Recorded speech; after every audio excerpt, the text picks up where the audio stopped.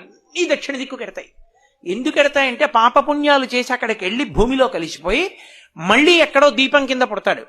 పుట్టి కొంతకాలం ఉండి మళ్ళీ అలా దక్షిణ దిక్కుకు వెళ్ళిపోతాడు. శ్మశానంలోకి వెళ్ళిపోతుంటుంది శరీరం.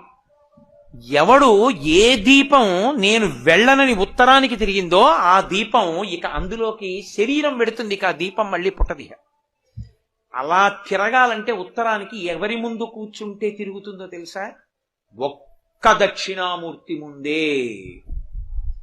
దక్షిణామూర్తి ముందు కూర్చుంటే ఆయన దక్షిణాన్ని చూస్తాడు, మృత్యువుని చంపుతాడు. కాబట్టి ఆయనకి భయం లేదు. మనం ఉత్తరం తిరిగి మృత్యుంజయుడిని చూస్తున్నాం. చూపు మృత్యుంజయుడి మీద ఉంది కాబట్టి ఉత్తరానికి తిరిగితే పవిత్రం అని గుర్తు. ఉత్తర దిక్కు ఉత్తమ దిక్కు. కారణం ఏమంటే పరమశివుడు ఉంటాడు కైలాస పర్వతం మీద, కుబేరుడు ఉంటాడు. అందుకే కదా మంగళానికి బీరువాలన్నీ ఉత్తర దిక్కుకి తిప్పి పెట్టుకుంటూ ఉంటారు. కాబట్టి ఆ ఉత్తరం వైపుకి తిరిగింది పవిత్రం.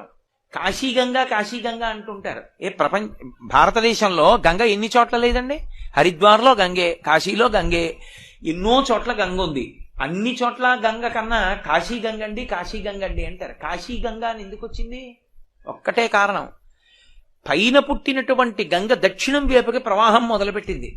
ఒక్క కాశీ పట్టణం దగ్గరికి వచ్చేటప్పటికి తన ప్రవాహాన్ని ఉత్తరానికి తిరిగింది.